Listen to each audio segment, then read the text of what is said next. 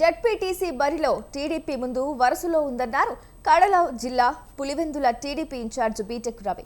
ZPTC ఎన్నికల్లో తన భార్య లతారెడ్డి, తమ్ముడు జయభారత్ రెడ్డి నామినేషన్ వేయనున్నట్లు ఆయన తెలిపారు. ఈ ఎన్నిక తెలుగుదేశం పార్టీ బలోపేతానికి ఎంతో తోడ్పడుతుందన్నారు.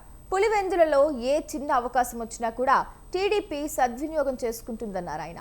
పింఛన్ల పెంపు, రైతులకు డ్రిప్ పైపులు, ఆగస్టు 15 నుంచి మహిళలకు ఉచిత బస్సులు కూడా అందుబాటులోకి తెస్తుందని తెలిపారు బీటెక్ రవి.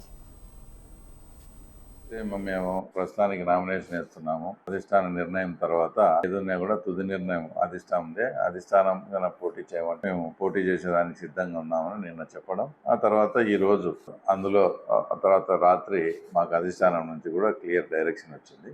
అందులో భాగంగా ఈరోజు మధ్యాహ్నం 1:28 నిమిషాలకు మా మిసెస్ వచ్చేసి లతారెడ్డితో పాటు మా బ్రదర్ వచ్చేసి మారెడ్డి జయభరత్ రెడ్డిని ఇద్దరు కూడా ఈరోజు నామినేషన్ వేసేదానికి కడపకు కూడా పోవడం జరిగింది. ముఖ్యంగా తర్వాత ఈరోజు ఇక్కడ నామినేషన్ వేసేదానికి కూడా అధిష్టానం ఏమని ఆలోచిస్తుంది, ఏ సందర్భంలో అయినా కూడా ఇక్కడ పులివెందులలో ఈ ఉప ఎన్నిక వలన అంతే పార్టీ డెవలప్మెంట్ జరుగుతుందనే భావనకు అధిష్టానం రావడం, అందులో భాగంగా మమ్మల్ని నామినేషన్ చేయడం జరిగింది.